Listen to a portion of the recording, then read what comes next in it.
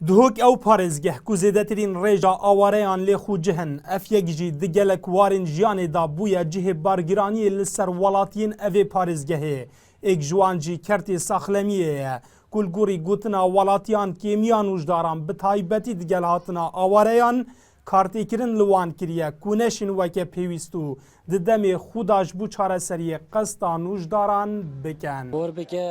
قالك يعني في الدكتور زيدا بن همي اقسام ثاني باطني يد جراحي يد طبيعي اوفرت زورقبوني همي اختصاص زيدا بن دو بورجينيوني نكفت سر خاصه امريكا اورد يتودينت نوف مدى او تو زيدا بوين عدد تو زيدا بوين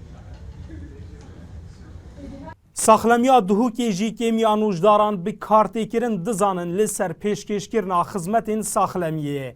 Hevdem endamekî lijna saxlemiyê di Parlemanê Kurdistanê da dibêje nedadperwerî di damezrandina nûjdaran da heye li ser astê parêzgehên herêmê. Jimara nûjdara bi giştî li hemî herêma Kurdistanê dikêmin belê bi taybetî li parêzgeha dihûkê kêmtirin beraberdikirin gel rêjên yet doktora li parêzgehên dî ev ê ekîd kartêkirina xwe heye li ser pêşkêşirina xizmetên tenduristî. Spas be. ناچی بیتن دهوکی الهفلیری رجا نجدار دو جهان دیا دهوکی بیت آن سلیمان یار واسه آن هک دهوکی زیاده بون مفروض امجیب دنیا و بجاگیلا ما اویه کو دامزراندون نجدارا و همه کارمندین تندرستی و همه فرمان براجی سر حزو داخازی وانه نکو دیف بیدویا باجریه آن یا پارزگریه آن یا نوجیه.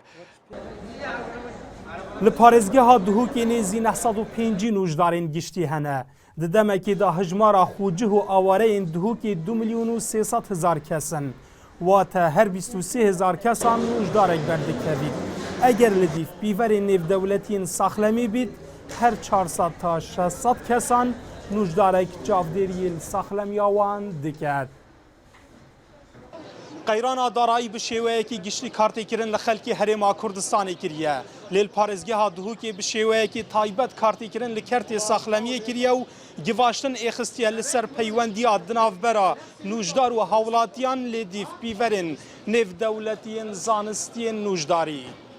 Dilşad Hîm û NRT Duhok.